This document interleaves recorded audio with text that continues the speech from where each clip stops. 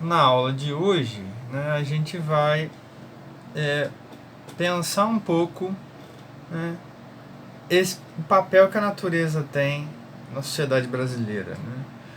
O problema, a gente vai entrar no último livro do ano, a gente está no final. No Geografia 15, a gente vai trabalhar esse livro agora. Né? Esse livro trata das questões ambientais do Brasil, né? Trata dos problemas ambientais do Brasil.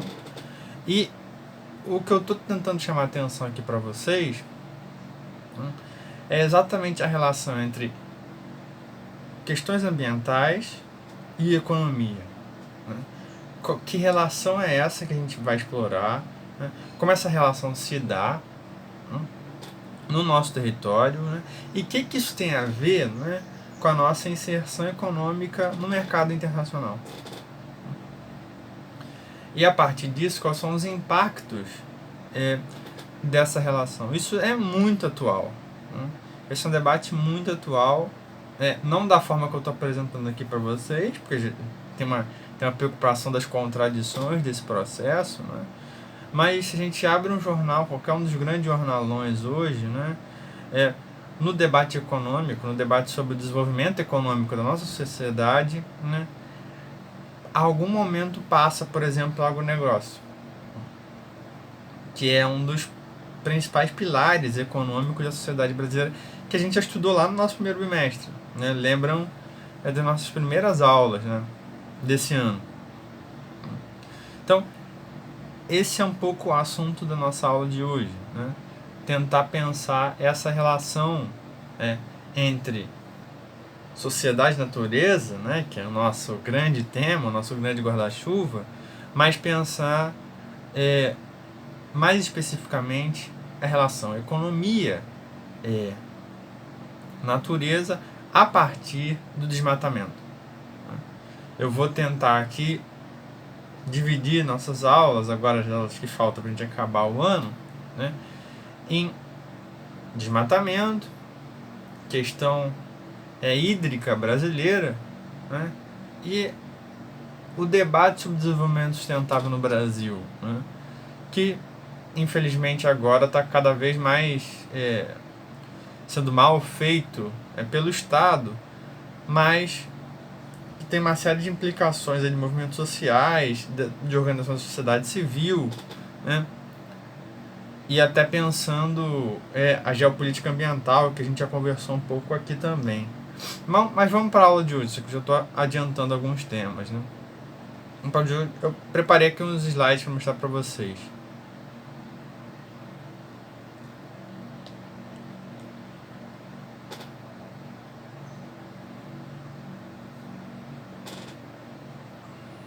Estão vendo aí?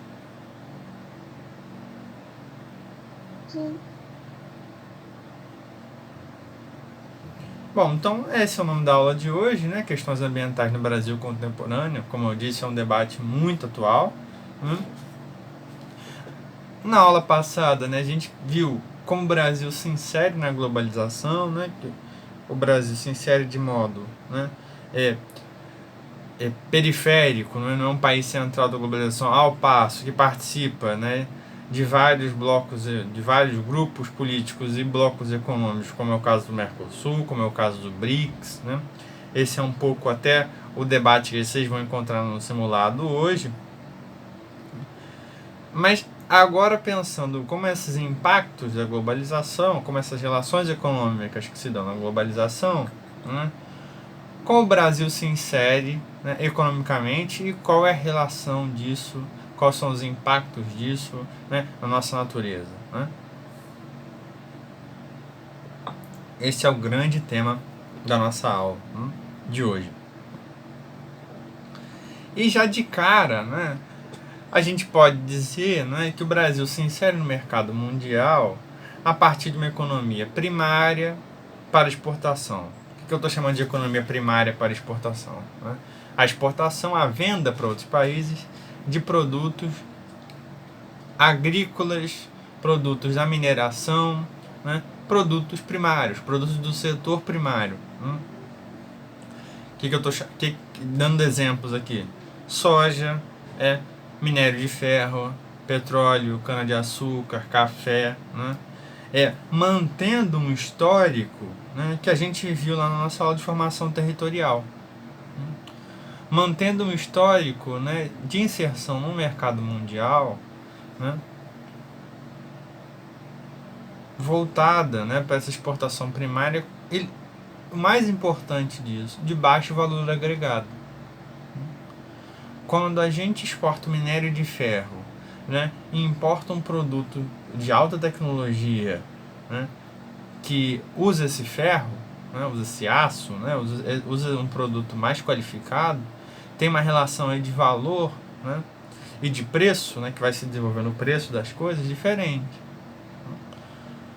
Lembrando que uma coisa que é trabalhada, né, uma coisa que, né, passa por um processo industrial mais complexo, e seja coisa que a gente queira pensar, né, seja a mercadoria que a gente queira analisar aqui, tem uma diferença de valor, né? Se agrega valor a esse produto, né? Por exemplo, vou dar um exemplo aqui, um computador, né? A gente pode até vender, né, uma parte desse computador para uma grande empresa europeia ou asiática, mas quando a gente recebe o computador inteiro tem um valor aí diferente, um preço diferente. Ou seja, o Brasil se insere nesse mercado mundial, né, dessa forma, dessa economia primária, dessa economia agrária exportadora. Por isso, a gente já conversou sobre isso também, né, de alguma forma, por isso o agronegócio tem um papel fundamental. Por isso que eu falei para vocês no início da nossa conversa aqui dessa economia que eu chamei de economia natural, né? Ou seja, essa economia que tem um papel, a natureza tem um papel fundamental. A biodiversidade brasileira, né, tem um papel fundamental. A forma como a gente explora esse fator, né, a forma como a gente explora essa característica, né, diz muito sobre os nossos problemas atuais, né, os nossos problemas ambientais atuais. Por isso que quando a gente reflete, quando a gente pensa sobre essa inserção econômica brasileira no mundo hoje, né, e a gente poderia pensar historicamente também, mas aí eu deixo pro Eduardo conversar isso com vocês, né, a gente observa, né, essa marca na economia brasileira, essa marca agrária exportadora, com que faz quem tem um agronegócio poderoso, né, e que impõe a sua política, né, impõe, né,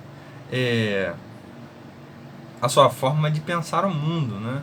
Por exemplo, ele tem no Congresso Nacional uma bancada ruralista, né. O que é a bancada ruralista? A bancada ruralista defende, né, as pautas econômicas, sociais, políticas desse grupo que é poderoso na sociedade brasileira. Né? E só para mostrar em dados isso para vocês, né, eu peguei esse dado de 2018, né, recente, bastante recente, que mostra um pouco essa característica da economia brasileira. Ele tá ruim de ver aqui, não sei se vocês conseguem ver. Em vermelho, né, 50% da economia brasileira em 2018 foi produtos primários. Né, produtos com baixa manufatura industrial, né, baixa 13%, né, foram produtos aí também ligados, né, aos produtos primários. Né? Ou seja, 63% da economia brasileira está ligada a essa economia agrária exportadora. Né? E aqui não falei isso, dados de exportação. Esses dados são da exportação brasileira. E o gráfico, né, demonstra exatamente esse comportamento da economia brasileira. Não dá para ver direito, é porque o fundo tá escuro. Ele vai de 97 a 2018.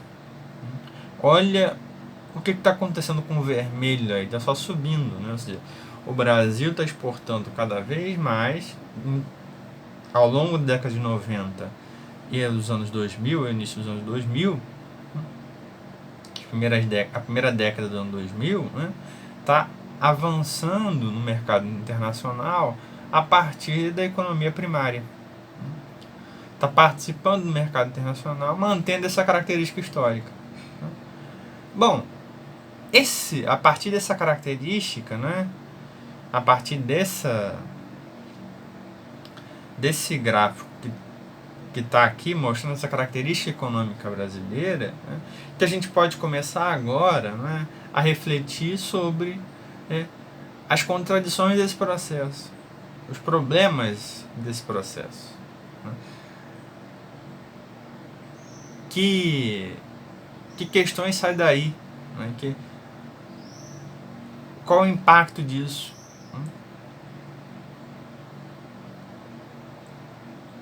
Por que o Brasil desenvolveu, né, e está desenvolvendo essa característica econômica, que não é natural. Tem um processo histórico que explica isso. Apesar, não é natural, apesar da natureza ter um papel importante, o que eu quero dizer que não é natural? Né? Isso não é assim porque é assim. Né? Isso tem um processo social, político, econômico. Né? Uma conjuntura que se mantém assim. Né? E uma das coisas que ajuda a explicar isso é exatamente esse papel institucional, político, né, dessa bancada ruralista, por exemplo, que ajuda a manter as coisas como estão. Né? Portanto, vamos tentar explicar, né, porque alguns países têm essa característica que o Brasil também tem, e depois observar os impactos disso, né, em alguns biomas específicos, alguns territórios específicos, que eu vou dar alguma centralidade aqui, mas a gente poderia pensar isso se a gente localizasse mais para todo o território nacional, para todos os estados, para algumas cidades específicas, né, que não estão tão urbanizadas, né, que ainda fazem parte desse ciclo agrário exportador brasileiro. Né. Vamos lá. A primeira coisa que ajuda a explicar, né, é essa, né, biodiversidade brasileira. Né? Tem alguém chegando? Bom dia, Maria. Todo mundo continua vendo aí o slide? Bom dia. Bom, então, pensando essa biodiversidade, né, ela é parte fundamental, né, da nossa vida, né, e o Brasil faz parte de uns 17 países mega diversos, né, que possuem uma elevada biodiversidade. Né, e aí, o que eu estou chamando aqui de biodiversidade? Né, qual é o conceito de biodiversidade? Né? Eu vou ler para vocês, está na página 5 do livro. Né? Biodiversidade, né, é aquele boxezinho, sempre aqueles boxes explicativos que vem na lateral. Biodiversidade é o total de genes, espécies e ecossistemas de uma região. A biodiversidade genética refere à variação dos genes dentro das espécies, cobrindo diferentes populações da mesma espécie, ou a variação genética dentro de uma população. A diversidade de espécies refere-se à variedade de espécies existentes dentro de uma região. A diversidade de ecossistemas refere-se à variedade de ecossistemas de uma dada região. A diversidade cultural humana também pode ser considerada parte da biodiversidade, pois alguns atributos das culturas humanas representam soluções aos problemas de sobrevivência em determinados ambientes. Isso é uma definição do IBGE. Né? Ou seja, ele chama atenção, né, exatamente para essa variedade, né, de espécies, de genes, né, de plantas, de animais, né, que fazem parte do nosso território, que compõem o nosso território. Né. E o Brasil faz parte desses 17 países chamados mega diversos. Eu vou mostrar o mapa deles para vocês daqui a pouco. Né. Mas eu quero chamar a atenção, né, que essa biodiversidade, né, essa relação aparentemente natural, né, faz parte, né, do nosso sistema econômico. Ou seja, utilizamos essa biodiversidade a todo tempo, né, no nosso cotidiano, né, fazem parte da nossa cultura. Né. cultura é essa, né, mediada pela economia, mediada pelas nossas relações de trocas comerciais, não só internas, né, mas com o mundo. Por exemplo, uma coisa cultural que o brasileiro faz, que eu estou fazendo aqui agora, né,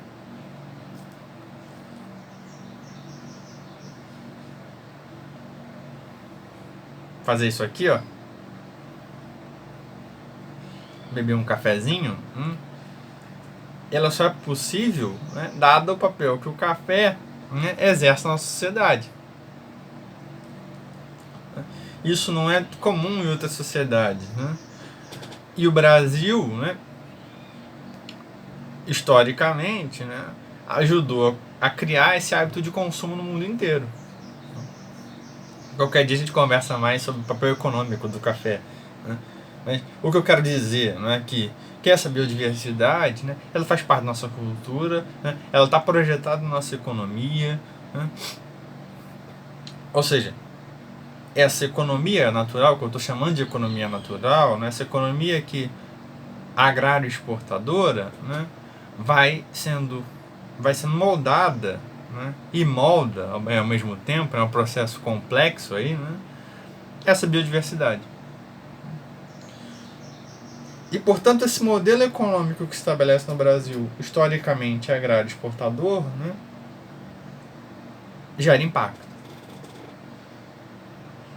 Apesar de ser tido como sustentável por alguns, né, e a gente depois vai pensar isso melhor quando a gente discutir esse discurso, essa narrativa do desenvolvimento sustentável, né, na nossa última aula, inclusive, vamos pensar o caso brasileiro e vamos pensar, né, que questões são essas que emergem dessa economia agrária exportadora e quais são os impactos disso, né? Antes, né, mostrar esses países, né, que são os países mega diversos. A gente vai ter uma diversidade gigantesca, né? E olha aí uma questão, uma característica importante no mapa, né, que os BRICS quase todos são países mega diversos. Quase todos são países que fazem parte desse ciclo de uma economia para exportação, uma economia de base agrária historicamente. Brasil, Índia, China e África do Sul. A China é um caso à parte, a Rússia é um caso à parte, né? Mas o Brasil, a África do Sul e a Índia fazem parte desse ciclo, né, da economia agroexportadora. Não uma característica importante também são ex-colônias, ou seja, que mantém uma característica histórica de exploração dos bens primários, né? Exploração mineral, exploração do mercado de trabalho, exploração da grande propriedade agrícola, etc., né? Exploração de riquezas as mais variadas, né, de determinadas características, né? Ou seja, os BRICS mantêm um histórico de colonização, ou parte dos BRICS mantém um histórico de colonização. Interessante também se pensar, né? E aí também pensando, veja a América Latina aí muito ligado, né, ao bioma amazônico, né, Peru, Equador, Colômbia, Venezuela, ou seja, norte do continente latino-americano, ou seja, essa relação biodiversidade e economia, né, não está só dada no Brasil. Eu estou pensando aqui o Brasil como o nosso território, como o nosso caso, como o que nos interessa pensar mais especificamente. Mas a gente poderia explorar essa relação que eu estou explorando aqui em vários lugares do mundo, né? E agora vamos pensar um pouco quais são as contradições, quais são os impactos desse processo, né, dessa economia primária, agrária exportadora, que eu estou tentando definir aqui com vocês, né? Um desses impactos mais drásticos, né, e que tem tomado os telejornais agora, né, tem entrado cada vez mais no debate público e político nacional, né, até historicamente, pensando nos últimos 30, 40 anos, a Amazônia tem sempre tem sempre um papel importante aí, né? Sempre um papel importante nesse debate, né? Sobre os recursos naturais, sobre preservação, sobre como a gente pode explorar, né? O que a gente pode explorar, quais são os grupos políticos que vão explorar esse recurso natural ou não.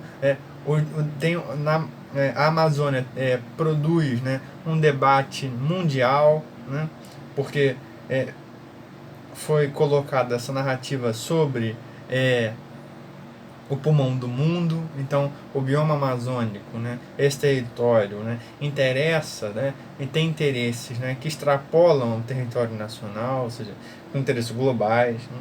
Então, e a Amazônia está intimamente ligada com essa economia agrária exportadora, ou melhor, né, essa economia agrária exportadora gera impactos no bioma amazônico que a gente vai ver daqui a pouco. Portanto, o texto demonstra um pouco essa área de ocupação da Amazônia, né? Essa região corresponde a um bioma rico que, além da floresta equatorial e das matas de terra firme, abriga variados ecossistemas e tem sozinha o maior conjunto de seres vivos conhecidos do planeta.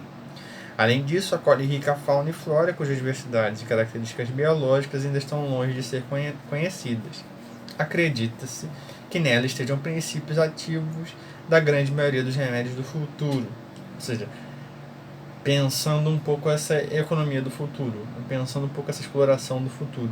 O texto já chama atenção desse aspecto de exploração dos recursos naturais.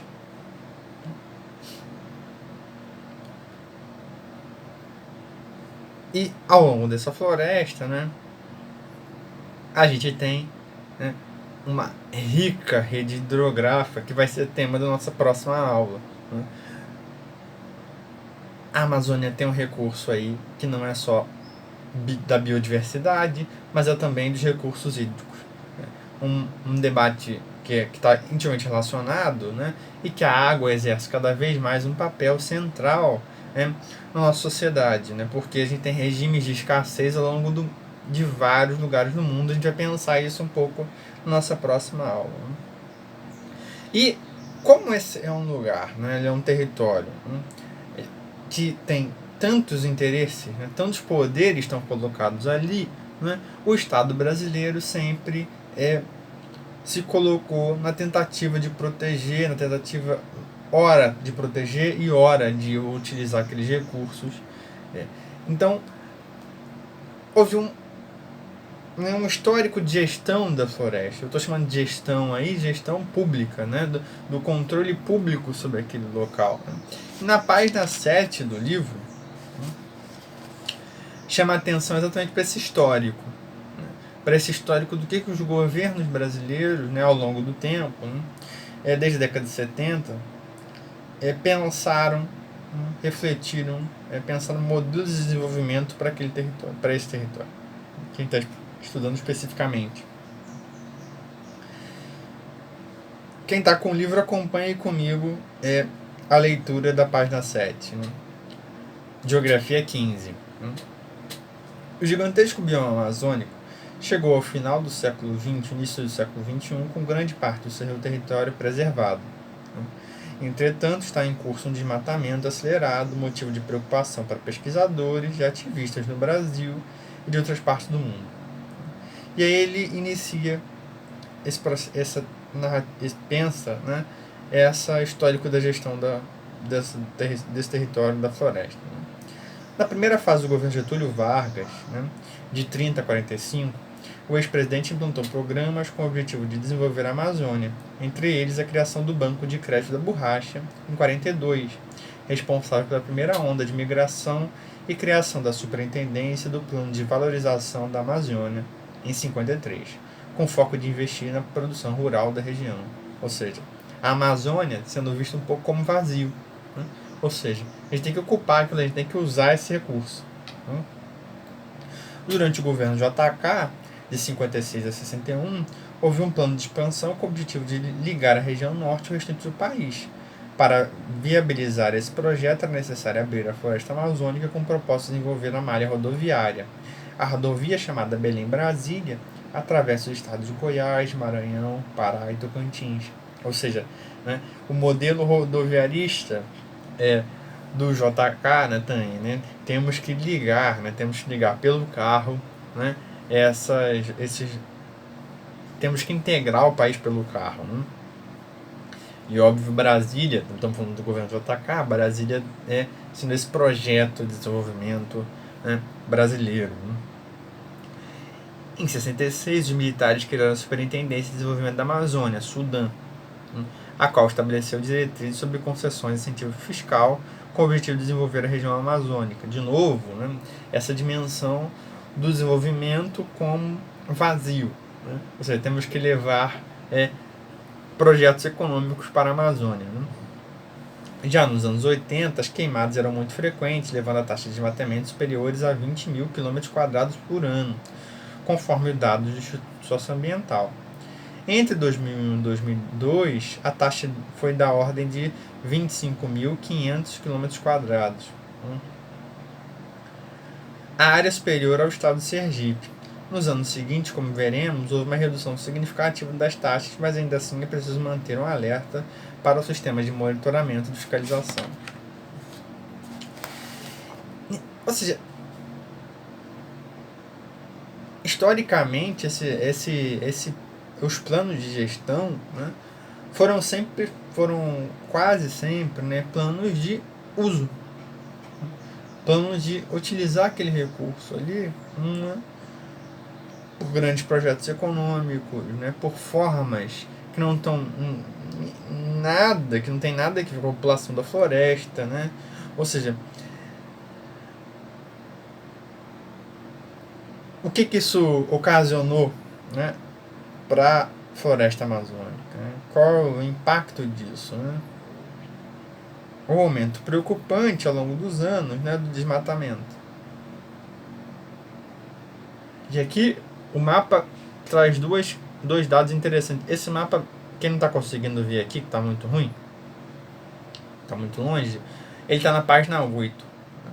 Ele vê a taxa de desmatamento, né, anual da Amazônia Legal de 88 a 2015. Né? Veja, de 95, né, a 2004, né, a gente tem uma curva ascendente aí nesse gráfico, né? 95, né? Um dado alarmante, depois uma curva ascendente, né? Que é exatamente onde o agronegócio brasileiro começa a se estruturar como uma força, né, econômica mundial. Exatamente aí nessa década de 90, no início dos anos 2000, né, que o agronegócio começa a surgir, né, como, né, um grande né, poder econômico nacional, né? É nesse momento também, né, que as exportações de soja vão batendo recordes e mais recordes, né?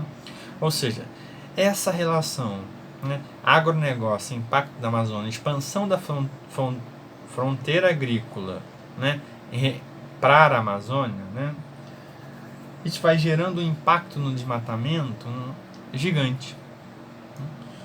Porque para o sujeito plantar, ele precisa de área limpa. Ele não vai conseguir plantar no meio da floresta. O que o sujeito faz? Taca fogo. Uma forma rápida, né, de limpar terreno. Ou seja, o que eu quero chamar a atenção aqui, né, que esse bioma, né, esse território, né, esse lugar, né, que tem múltiplos interesses aí, né, colocados, né, múltiplos poderes colocados, né, está intimamente conectado com essa dimensão econômica que o Brasil se coloca no cenário internacional. A gente pode observar vários poderes, né, vários conflitos de interesses, né, nesse território. O primeiro deles, né, é esse desmatamento pelo agronegócio. E olha o que está acontecendo aí, né? A gente vê exatamente, né, essa fronteira agrícola crescendo para a floresta. Ou seja, a Amazônia Legal sendo empurrada, né, pelo agronegócio. E no mapa fica bem claro, né? E aí o mapa está mostrando desmatamento, né? Mas esse desmatamento, na maioria das vezes, é fruto desse agronegócio brasileiro.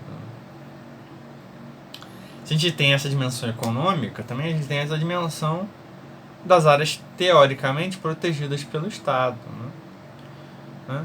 Ou seja, unidade da federação, terras que são do poder público, terras que não têm dono, né?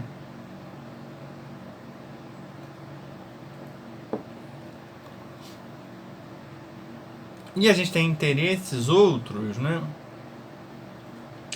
que são interesses, por exemplo, das madeireiras, interesses de grupos farmacêuticos para explorar, né, grupos de pesquisa para explorar, né, esses princípios ativos diferentes, que não tem que pesquisar, né, que ainda não surgiram no cenário, no mercado internacional. Ou seja, o que eu quero chamar a atenção com esses mapas aqui para vocês, é exatamente, né, a relação dessa economia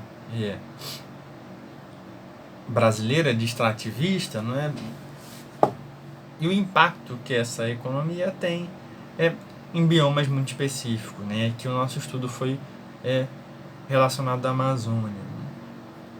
Mas para fechar um pouco a nossa reflexão aqui, que eu falei que eu quero fazer uma aula mais curta hoje por causa do simulado,